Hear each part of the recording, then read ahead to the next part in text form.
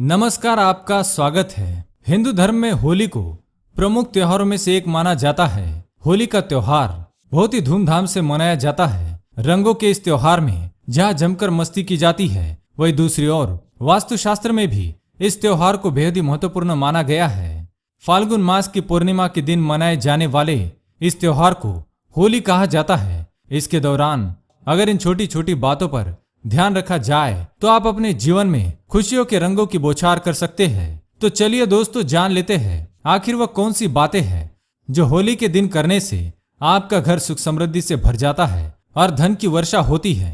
आगे बढ़ने से पहले दोस्तों, अगर आप चैनल पर नए हैं तो इसे सब्सक्राइब कर लीजिए ताकि आप ऐसी आध्यात्मिक जानकारी वाले वीडियो देख सके। साथ ही दोस्तों, वीडियो को एक लाइक जरूर कर देना, क्योंकि बाद में आप भूल जाते हैं। सबसे पहली बात, होली की पूजा।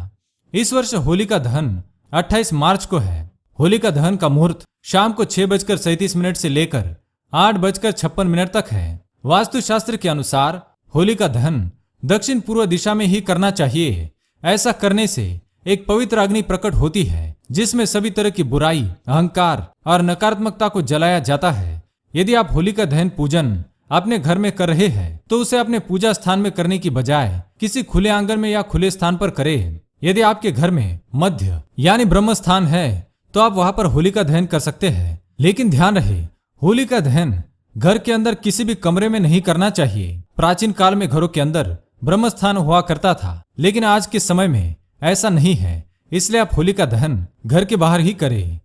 दूसरी बात, होली का पहला काम झंडा या डंडा गाड़ना होता है। इसे किसी सार्वजनिक स्थल या घर के आंगन में गाड़ा जाता है। इसके पास ही होलिका की अग्नि इकट्ठी की जाती है। इस दिन चौराहों पर जहाँ कई अग्नि के लिए लकड़ी एकत्र की जाती है, वहाँ होली जलाई जाती है। बहुत से लोग अपने घरों की छत पर ध्वजा या झंडा लगाते हैं। आमतौर पर लोग दक्षिण पश्चिम दिशा को ऊंचा करने के लिए ऐसा लगाते हैं। अगर आपके घर की ध्वजा पुरानी हो गई है या उसका रंग फीका हो गया है तो होली के दिन इस ध्वज को बदलने के लिए काफी अच्छा रहता है। ऐसा करने से समस्त बुराइयों का अंत होकर अच्छाइयों की विजय होती है। इसी दिन गांव में लोग देर रात तक होली के गीत गाते हैं तथा नाचते हैं।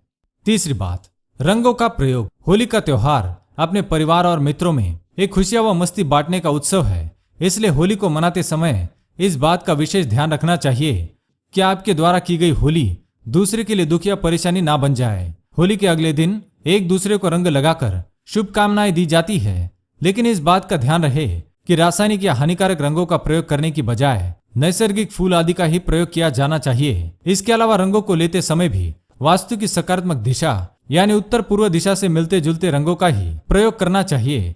यानी गुरु के स्थान के लिए पीला रंग अच्छा व सकारात्मक होता है। यह सुख और समृद्धि को दर्शाता है। वही नारंगी रंग पूर्व दिशा के मध्य का रंग है। यह सूर्य का प्रतीक है। इसी तरह लाल रंग अग्नि देवता व उत्तर पूर्व के लिए है। यह ऊर्जा को दर्शाता है। वही हरा रंग बुध का प्रतीक माना जाता है। यह प्रकृति को दर्शाता है, जिसका प्रयोग होली में किया जा सकता है।